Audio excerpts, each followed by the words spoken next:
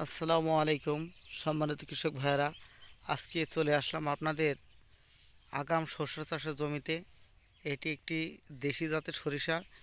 এই সরিষাতে তেলের পরিমাণ অনেক বেশি। সরিষা তরকারিতে বাটনা খেতেও অনেক সুস্বাদু। এই জন্য আপনারা এই সরিষাটা চাষ করবেন। এই সরিষার বিশেষ কিছু বিষয় আছে, সেই বিষয়টা আপনাদের সাথে আলোচনা করব। সেটি হলো, এই সরিষাটা যদি আপনারা আশ্বিন মাসের শেষ সপ্তাহে জমিতে বীজ বপন করেন, সেক্ষেত্রে আপনারা পৌষ মাসের শেষের দিকেই এই সরিষাটা হারভেস্ট করতে পারবেন এবং সেই জমিতে আগাম বোরো ধানের চারা রোপণ করতে পারবেন। অতএব শীতের ভিতরেই আপনি দুটি ফসল চাষ করতে পারবেন একই জমিতে। আপনারা যারা আগাম সরিষা চাষ করতে চান, এই সরিষার বীজ রোপণ করবেন। আরেকটা বিষয় হলো, এই সরিষাটা আপনারা জমিতে যখন বীজ বপন করবেন, একটু বেশি পরিমাণে বীজ বপন করবেন। 10 কাঠা জমিতে 500 গ্রাম বীজ আপনারা বপন করবেন।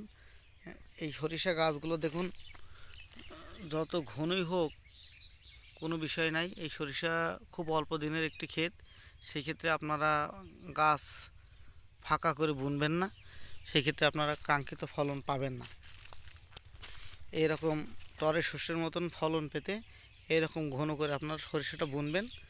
আর এই সরিষাটার যখনই চারা বেরিয়ে যাবে, চারার বয়স যখন 5 থেকে 6 দিন হবে, তখনই আপনারা সাইপারমেথ্রিন ক্লোরিপাইরিফাস গ্রুপের কীটনাশক ব্যবহার করবেন ছোট অবস্থায়। তাহলে এই দেখুন শস্যের পাতাগুলো এরকম সুন্দর থাকবে, কোনো পাতায় পোকা চিবিয়ে খাওয়া পোকাগুলো লাগতে পারবে না এবং কোনো স্পট পড়বে না। প্রথম দিকে ওই যত্নটা আপনারা করবেন। শীতের সময় আর কোনো ওষুধ স্প্রে করা লাগবে না।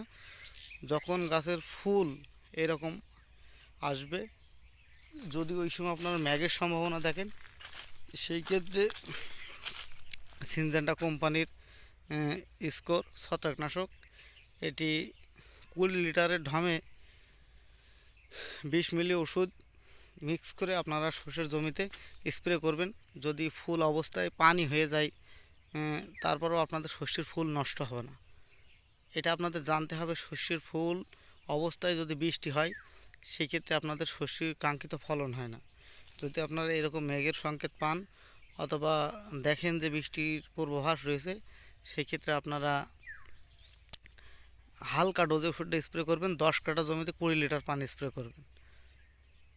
20 লিটারে 20 গ্রাম সিনজেন্টা কোম্পানির স্কোর কীটনাশক আপনারা মিক্সড করে সুন্দরভাবে পুরো জমিতে স্প্রে করে দেবেন। এই শস্যের ফুল ঝরে পড়বে না, আর শস্যেই প্রকৃত পরিমাণে দানা হবে। যখন এইরকম শস্য গাছের ফুল ফল গেঁথে যাবে, একটা স্প্রে আপনারা দিতে পারেন। যদি দেন, অনেক ফলন বেশি হবে। সেটি হলো সিনজেন্টা কোম্পানির ভলিউম। 20 লিটার পানিতে 1 মুঠি স্প্রে করবেন।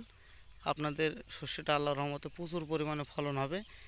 আপনারা যে এটা টরে শস্য না দেশি শস্য বুঝতেই পারবেন না যদি এই স্প্রেটা দেন। আজকের মতো এই পর্যন্তই। সম্মানিত কৃষক ভাইরা ভালো থাকবেন। আসসালামু আলাইকুম।